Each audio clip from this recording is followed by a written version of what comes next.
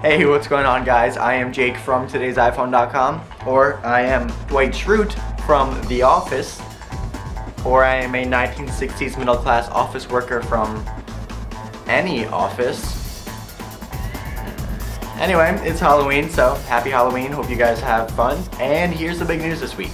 Okay, so first, really quickly, I just want to let you guys know that there are some new MacBook Pros on Apple's website right now. The upgrades are pretty minor, slightly faster processors and slightly better graphics.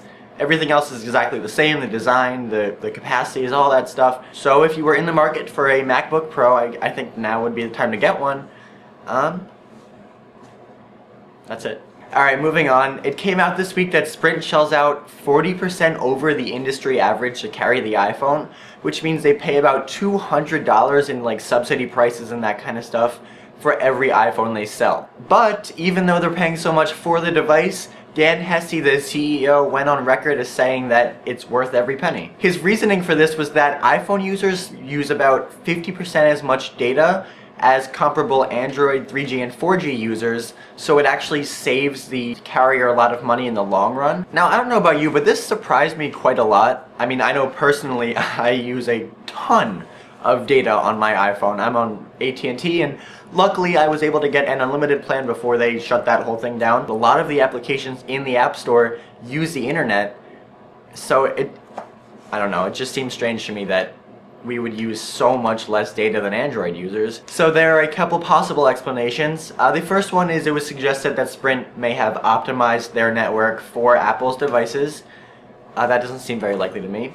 Next, there is that Android users just use more data, which also doesn't seem very likely to me. And third, and least fortunate of the bunch, Sprint iPhone users have been experiencing very, very low data speeds, which could account for why their data usage numbers have been so low. Now, speaking of those low data speeds, it's not just an isolated event. Reportedly, there is an internal email going around at Sprint and Apple letting employees know that they are trying to find a solution for what they call a confirmed nationwide issue. Now, there's no word on whether this is a problem with the hardware of the iPhone or, you know, the software, the carrier settings and that kind of stuff.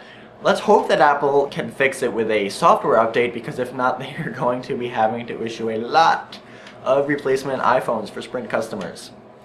Sprint users, have you been experiencing any of these low data speeds? I mean, I've seen some screenshots of some ridiculously low speeds with people who have full 3G Sprint coverage. So let me know in the comments section down below, you know, how your experience with your Sprint iPhone has been. Dan Hesse, the CEO of Sprint, says that the phone was worth every penny for the company. I'm wondering how the customers are feeling about it. Now, it looks like as a whole this hasn't been the best week for the iPhone 4S.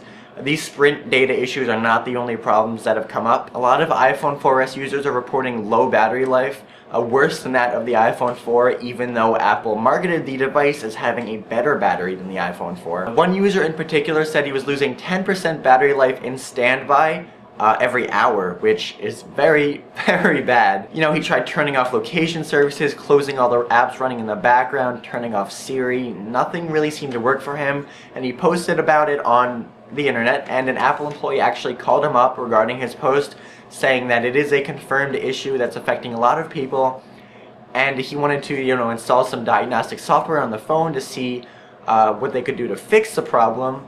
Although from these accounts, it doesn't really seem like they're close to finding a solution, which is unfortunate, especially since the better battery is one of only a handful of changes between the iPhone 4 and the iPhone 4S. I mean, seriously, if you're not going to update a device that much, the stuff that you do update should work properly. iPhone 4S users, have you noticed any battery issues, you know, compared to your old phone, whether it's an iPhone 4, iPhone 3GS, or something else? Or are you loving your iPhone 4S with the battery, with Siri, with the processor, with everything?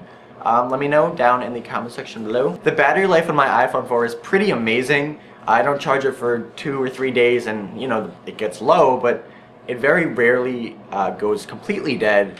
So it's just one more reason I'm happy I didn't upgrade. Alright, moving on to some news that doesn't suck so much.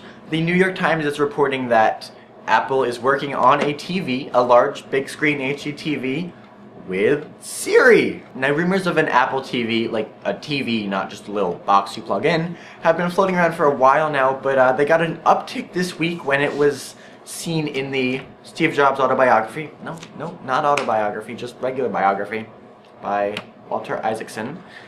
That he discussed the Apple TV with Steve, and Steve at one point said, "I think I've cracked it," which obviously led very many people to believe that an Apple TV was in the works. And the New York Times did some digging and found out that, yes, there are components for a large device, which is presumably a TV, floating around in Apple's supply chain.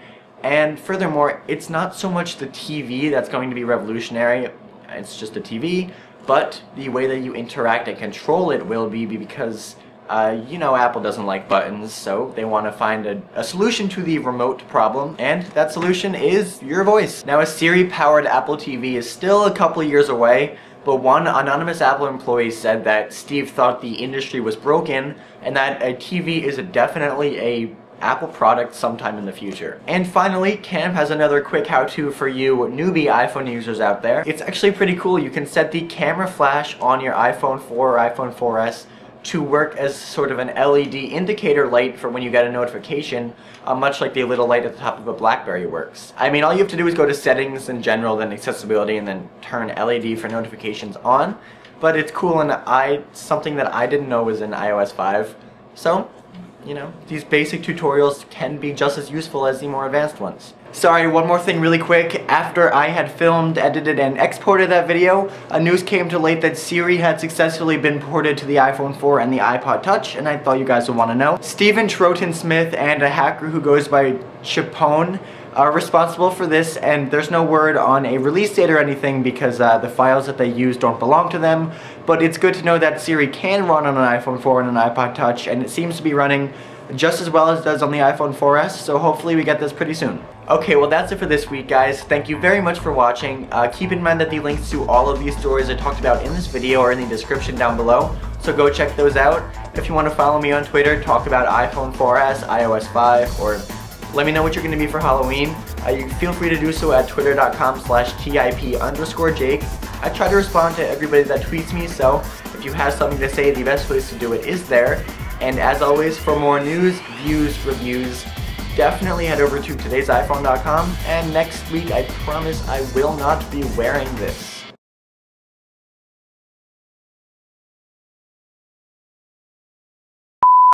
You didn't get the iBook? You're such a jerk. Bears. Beats. Battlestar Galactica. Dear God, that was an awful impression.